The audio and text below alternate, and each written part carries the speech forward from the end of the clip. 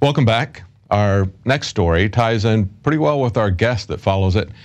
Big Brother is encroaching farther and farther on your private property.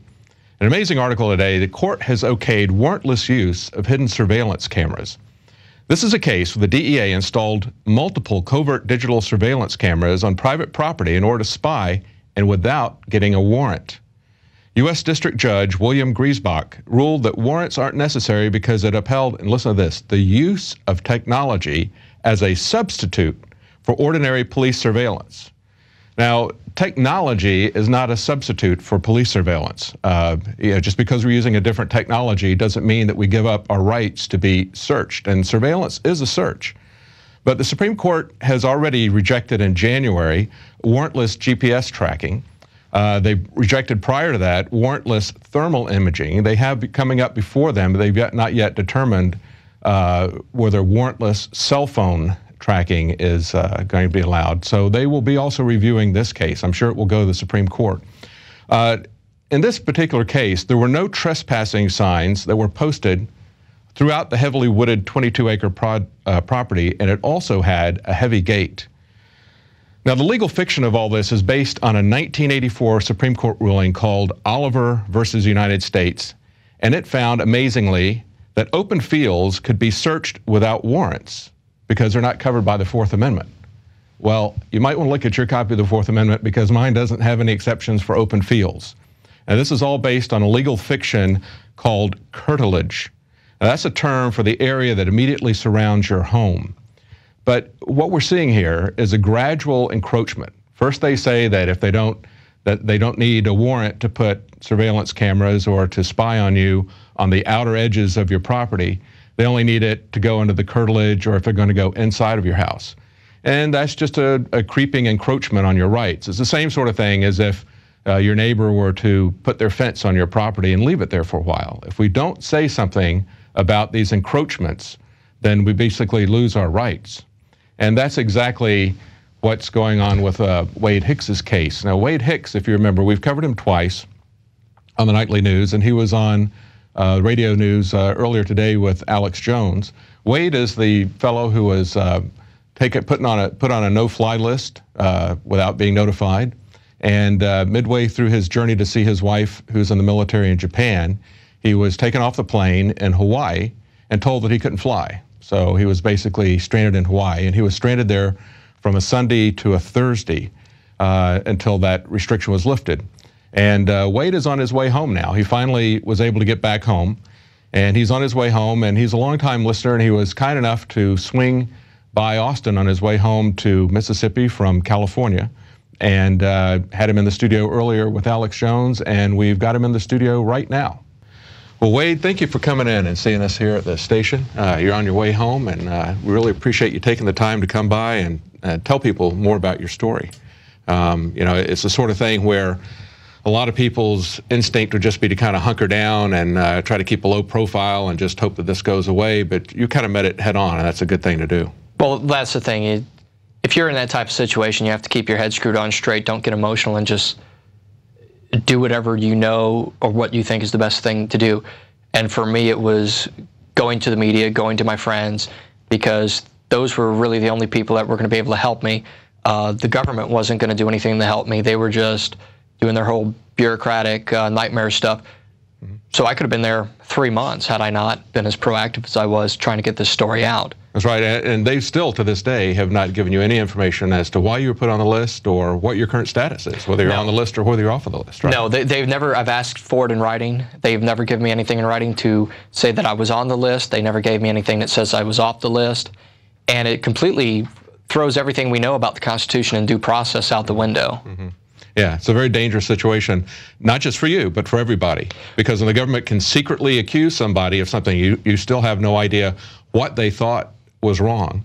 And they won't tell you. When they can secretly accuse you and then secretly impose penalties on you, they can do that to anybody. I mean, well, absolutely. And what's really scary is there's a lot of members of the military that their spouses do use military aircraft to fly space available when they're on deployment to go meet their loved ones that are deployed. And that's what I was doing. I was going using a travel authorization from the military to go see my wife. And, you know, if I could be stopped mid-flight, put on a no-fly list, and detained in Hawaii, basically indefinitely until they decided to let me go, this could happen to any military member's spouse or children even. And that's something that's extremely alarming, that they're going after not only people that are outspoken like myself, but going after military spouses and military members directly, basically saying, oh, well, you know, you're questionable, so you can't fly because we said so. All right, all right. So where do you go from here? What are your plans? Because you said you're not going to let this just go and let it drop, since you're able to move now, presumably. Well, I can't. I mean, Art of War states if your enemy's retreating, attack them. And of course, I mean that, of course, in all legal remedies of attack. Right. But basically, what I'm going to do is I'm going to engage my senators and my congressmen in Mississippi, and I'm going to demand that they have some dialogue on this on the floor of the House, on the floor of the Senate, to revamp this entire no-fly program, because obviously the system is broke and it needs to be fixed, and Congress has the power and the authority to fix this complete thing. It's shameful when you go to an airport that the TSA, that has no sworn oath to defend the Constitution or anything, they're no different than mall security guards, except they get to put your hands down your pants when the mall security guards don't. Right, right. And your case takes it to another level, because we're back to something like the Spanish Inquisition, where they say, we can't tell you what's going on with this because that would violate national security. Well, they can make that claim about anything, right? Anything can be national security, because nobody's able to answer that. And you know, if you don't get your day in court, if they don't accuse you of anything, you don't have a chance to dispute that national security is involved. Well, that's the thing. There's no recourse. Right. If due process is involved, you get your day in court, and then you get to go in front of a jury of your peers if they don't rig the juries like they do in a lot of federal cases. I don't know any other country that has a 95% conviction rating besides China and Russia. And, well, if you look at them, they're nowhere near as free as the United States is. Right, right. Yeah, that's something else we're talking about tonight is jury nullification and the importance of juries. But, you know, I guess the key thing is we really appreciate the fact that you're speaking out, that you're continuing to pursue this, and that you're just not going to let this drop, because we're not going to let it drop either here. You know, we're not going to, we'll cover your case, we'll cover other cases, because I'm sure there are going to be we've already had a lot of cases where people falsely wrongly been put on a no-fly list, children even, you know, who could not be a threat to anybody. So this is something of a bureaucracy that is just not answerable to anybody, and like anyone, they can make mistakes, but you know, they're not owning up to their mistakes, and we can't see their mistakes because they're keeping them secret. Yeah, there's no reason that the no-fly list cannot incorporate due process. One way that they could easily fix this entire problem is to place someone under investigation, have the due process, tell them that you can't fly because you're in investigation for this. Let them lawyer up and let a judge decide ultimately whether or not they get put in this no-fly list. Everything else, I mean, if a child molester and a murderer has a right to due process, why doesn't an average American citizen that hasn't even been accused with a crime? Yeah, good point, good point. Now, today we have the ongoing Hurricane Sandy that's happening up in the Northeast and everything. And being in Mississippi, one of the things that got you possibly on their radar, as you said, was the fact that you're in the Mississippi Preparedness Organization, and you're suspicious that perhaps somebody might have been thinking that this was some kind of militia or something. Well, well, the Mississippi Preparedness Project really started after Hurricane Katrina, when the federal government failed in their response to Katrina. In Mississippi, we didn't have half the issues that they had in Louisiana because the people took care of themselves. A lot of people in Mississippi are relatively self-sufficient. They have weeks' worth of food stockpiled normally. They may not even be preppers, but that's just the way that the culture and the environment is in Mississippi.